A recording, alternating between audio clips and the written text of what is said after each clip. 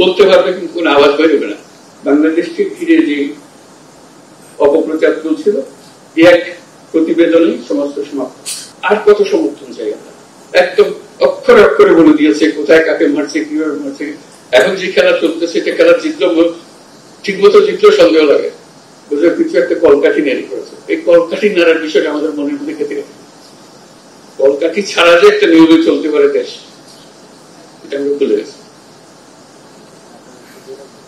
আন্তর্জাতিক সমর্থনের কথা বললাম, রাষ্ট্র সমর্থনের কথা বলি না, বলে পারছি না। এটা মনটা বড় হয়ে যায় এটা বলতে গিয়ে। এইসব সমর্থনের কথা বলি, জাতিসংঘের সমর্থন। আপনারা চিন্তা করেছেন যে রিপোর্টটা সালে প্রকাশিত করবে?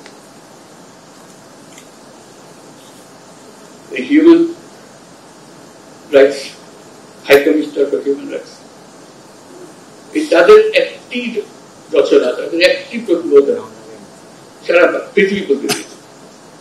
এখন কারো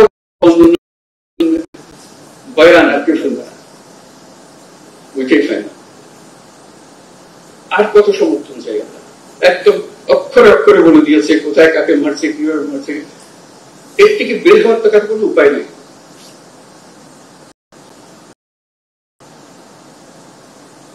বাংলাদেশকে ঘিরে যে অপপ্রচার চলছিল এক প্রতিবেদনে সমস্ত সমাপ্ত। বলতে পারবে কিন্তু কোনো আওয়াজ বেরোবে না।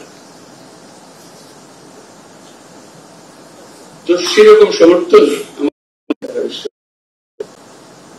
অন্যান্য প্রতিষ্ঠানের প্রতিবেদন বের করেছে, তাদেরও খুবই জোরাবদ্ধ। আমরা সেদিন আয়নাঘরে গেলাম,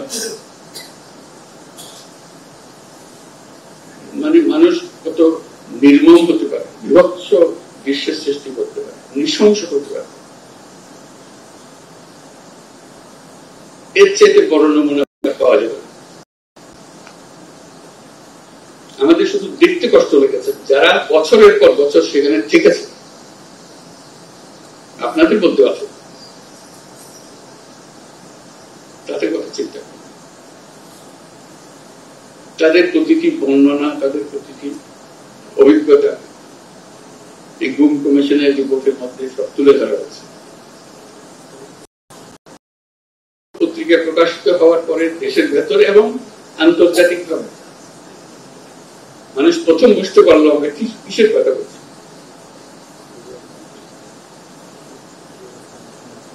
আমরা কোথার থেকে এসেছি। কাজে আমাদের প্রথম পর্বের এই সম্পদ নিয়ে আমরা দ্বিতীয় পর্বে আসলাম। দ্বিতীয় পর্বের সমাপ্তিতেও যেন আমরা উৎসাহ বোধ করি যে হ্যাঁ, আমরা আনন্দ বোধ করি যে আমরা আমাদের যে দায়িত্ব দেওয়া হয়েছিল আমরা সুন্দরভাবে খুশি বুকে সেটা সম্পন্ন করতে পেরেছি। নতুন বাংলাদেশের জন্য এখন তৈরি আমরা যে নতুন নির্বাচনের মাধ্যমে যে সরকার গঠন হবে সেটার ব্যাপারে কোনো প্রশ্ন তুলবে না, যেহেতু আইন কানুন এগুলো সব এখন আমাদের জানা আছে এবং এর মধ্যে রয়েছে, নির্দিষ্টভাবে রয়েছে।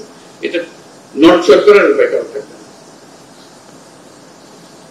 আইন বানানোর কথা, আর এটাকে নড়চড় করতে সুযোগ না দেওয়া সেটার জন্য এতগুলো কমিশন বানাতে হয়েছে। কোন দিক থেকে কোথায় কোনটা করতে হবে সেটা। আজকে আমাদের সেই দ্বিতীয় পর্ব শুরু। আপনারাই এই দ্বিতীয় পর্ব স্রষ্টা, আপনারাই এগুলো জাতির সামনে নিয়ে আসবেন।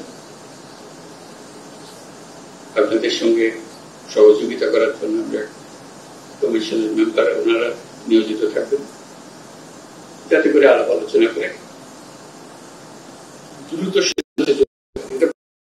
আলোচনা করার বিষয় না, এটা দ্রুততম সময়ের মধ্যে আমরা যাতে সিদ্ধান্ত করে নিয়ে কাজে নেমে যেতে পারি। কোনটা কখন করবো সেগুলো নিয়ে আসতে পারি।